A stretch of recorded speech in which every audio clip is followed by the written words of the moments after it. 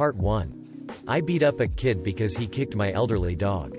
I was reminded of this when I read a venting post in Art Dogs about a woman who restrained herself from slapping a child when the kid kicked her dog.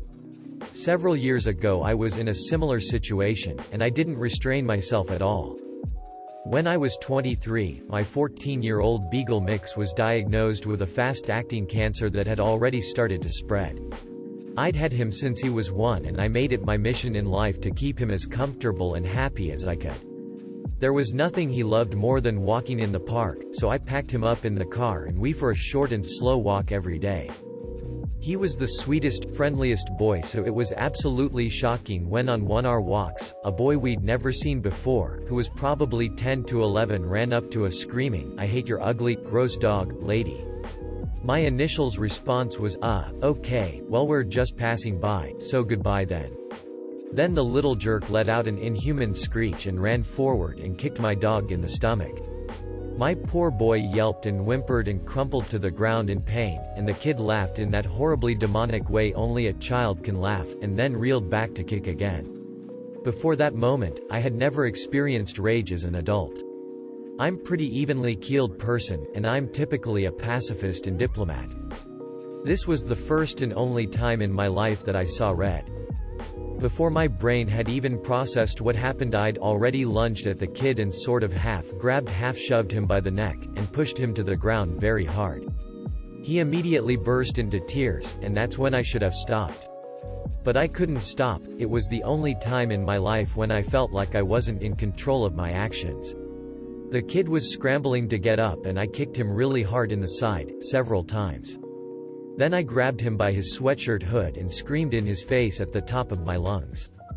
I screamed some really horrible things at him, something like that I'd find him and kill him slowly if he ever tried to hurt another animal again, but it felt like the words were just erupting out of me with no thought or effort. At that point the kid was ugly, sobbing and apologizing and begging me to let him go, which I guess helped me to snap out of it, because I felt myself, for lack of a better description, return to my body. I felt totally numb and sort of inebriated, but the rage was gone.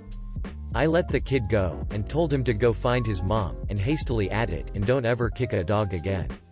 He ran off crying. I scooped my dog up, hustled to my car and left. I was oddly calm. I drove to the vet and told them only that a child had kicked my dog and ran away, and I wanted to get him checked out. They checked him out and said there was no serious damage, other than the beginnings of a bruise. I drove us home, got into the shower and sobbed for hours. I had no idea until then that I was capable of doing anything like that.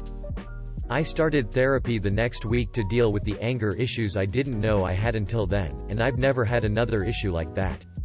I didn't go back to that park for years, for fear of running into that kid again, mostly for fear that his parents would be there and get me arrested. I took Freddie to a different park that was a little further from the house, but he actually liked it more because it had good soft dirt to dig in, until his final day on Earth. I think about that kid sometimes, though. I wonder how my actions impacted him. Did I scare him straight? Did I teach him to be more violent? Does he have some complex about short women now because a short woman beat him up when he was a kid? He's gotta be at least a teenager now. I wonder how often he thinks about it, if ever. I wonder if he sees himself as being entirely the victim, or if by now he's loved and lost a pet, and understands the drive behind what I did. Just recently I had a guy at an off-leash dog beach repeatedly swing a branch at my dog and abuse me. If it weren't for his young children being there with him, I think I would have been looking at a pretty serious assault charge, tbh. Seeing someone unprovoked do that sort of crap to your dog is also probably the most rage-inducing thing I've experienced in my adult life. You didn't do serious damage. Or cause any horrible mental trauma. Normally I don't condone things like that, but who the F kicks a dog in the stomach and calls it ugly for no reason? I can't imagine someone being so crappy. Worst case scenario, you taught the little punk a lesson about being a dick to animals. Don't stress too much about it. I normally don't agree with behavior like this, but that little punk had it coming. Now I'm just waiting to see a post on r off mic is titled, "I got beat up by a short woman in a park after I kicked her dog when I was 10. I love this in you. Not only did he kick your dog, he kicked a dog with cancer. Dude, take off that remorse tag lol, you did nothing wrong. Being a kid doesn't just let you be evil with no consequences. Then again, if you truly feel bad about it, me telling you that the little punk, the kid, not your dog, deserved it probably won't help at all anyways. Children who abuse animals need a good scare like that. Part 2. My brother and I stole a puppy. This happened in 2003. My brother and I have never told a single soul.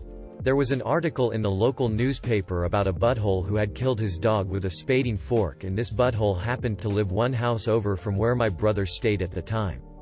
We knew this because the night of the incident the cops was called on this guy by a neighbor who went to investigate the noise and caught him red-handed. This neighbor in turn told my brother. He still had a puppy that the SPCA for some reason never removed from his care. Bro and I love dogs and are both pretty pissed and want to kick his butt. So about 3 days after the article, we are having drinks one Friday night getting ready to go out, and the issue comes up. My brother gets this sly look on his face and tells me we need to save the dog, as we could hear it whimpering and yelping from time to time and we didn't want it going the same way as its mom. We ditched going out and decided to stay in and wait. At around 2 the next morning we put our plan into action. We jumped the wall of the property next door with some meat and made our way to the dog killer's house, where I jumped the next wall again to get into his property and lured the puppy to me with the meat. It was obviously scared and barked at me, but I eventually managed to grab it and get out. The poor animal was terribly neglected and infested with parasites. The next morning when my brother's GF walked into his place, the pup was clean, fed and sleeping on the sofa. We told her we found him in the road the night before coming home from the club. She of course helped to find it a good home. Good job, you probably saved that dog's life. While it is illegal as hell, you did a good deed, and I bet that pup thanks you for it. Good on you. Not legal by any means, but definitely moral. My friend and I stole a cat from this guy we hung with's crappy roommate. The cat had been left by a previous roommate and wasn't coming back for him. All they fed him was leftover Chinese food and crap. So we took him and he lived out the rest of his years loved and with friends. I stole my neighbor's cat. He always hung out at my house and would come in and sleep on my bed. One day he came over with poop smeared all over his head, and it was more like dog poop than cat poop, and I gave him a bath and he never went home. Several years later our other neighbor tried to board his brother. They had moved a couple years previously and left him behind, or so we thought.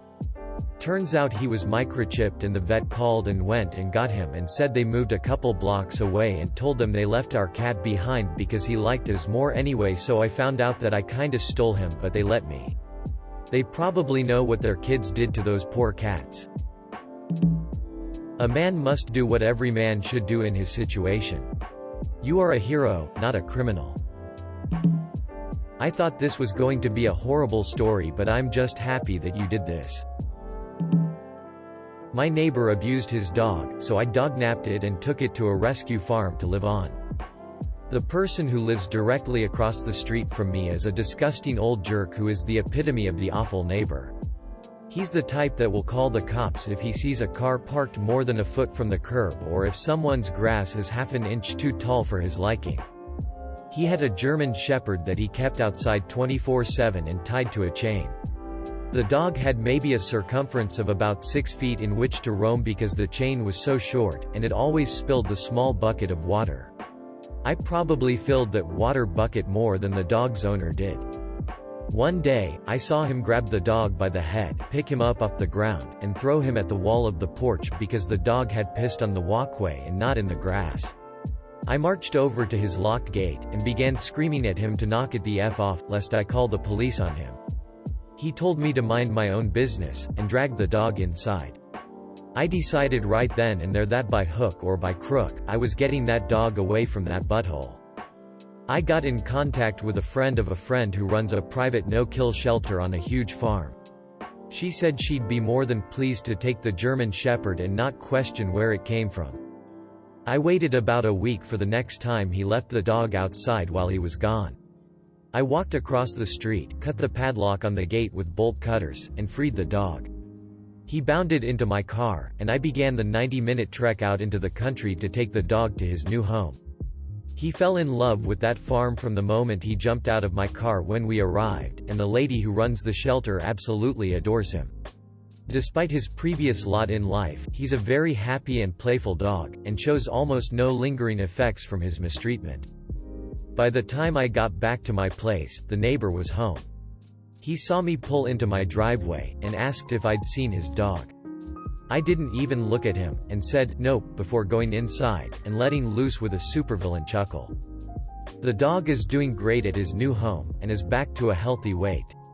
The neighbor seemingly forgot about him after a few days, as I haven't heard of him ask anything further about the dog. Another neighbor told me that the butthole assumes the dog ran away. You know, because dogs are capable of cutting a padlock and opening a latched gate. If I see that bastard ever get another animal, I'm going to take it to the farm, too, only I won't wait so long this time. We catnapped the neighbor's abused cat several years ago. It was an indoor-outdoor cat, but 90% or more of the time outdoors. It would come over for food and attention. When it was warm outside it was okay, but she would leave it outside in the worst of conditions in the winter. Ice storm, freezing rain, snow. It would huddle on my porch looking sad with ice in its whiskers. I finally nabbed it when they wouldn't take it to the vet. It was an older unneutered male, so he would get in fights. One fight got him a nasty scratch on his face that looked pretty bad in the days leading up to a long vacation we were taking. When we got back, he was still around the neighborhood, but the face wound had turned into a raging abscess and he was a mess. Confused, shivering. We took him to the vet and had a drain put in it, had him neutered, and tested. Poor thing was FIV+ from his time on the streets, so we had to either take him in or have him put down, since most vets won't release a FIV animal to be an outdoor cat. After 3 days at the cat hospital, they said that if the abscess had gone another 3 to 4 days it likely would have been fatal since he would have lost the jaw. We took him home. He lived for another 4-ish years after that before dying to FIV complications. You are such a wonderful person. I just wanted to let you know that. I'm grinning like an idiot and I saw the entire story unfold in my mind. Good on you, you saved that dog from a life of hell. I hope that the next time I see anything or anyone being mistreated, especially with the inability to protect themselves, that I am able to be as selfless as you. I would upvote this 1,000 times if I could. You are a fantastic human being. Part 3. I let my dog lick my neighbor's face after eating poop. Yeah, I don't let my dog eat it, but she does when I'm not totally engaged with her. The lady downstairs doesn't pick up her dog's poop. My pup will get into it, which is nasty. My pup always greets the lady by licking her all over her face. I just sit back and smile in all my passive-aggressive glory. Pick up your dog poop. How is this different from letting a dog lick faces any other time? Always assume poop. If you enjoyed this video, please consider subscribing. And please leave feedback, suggestions, and stories in the comments.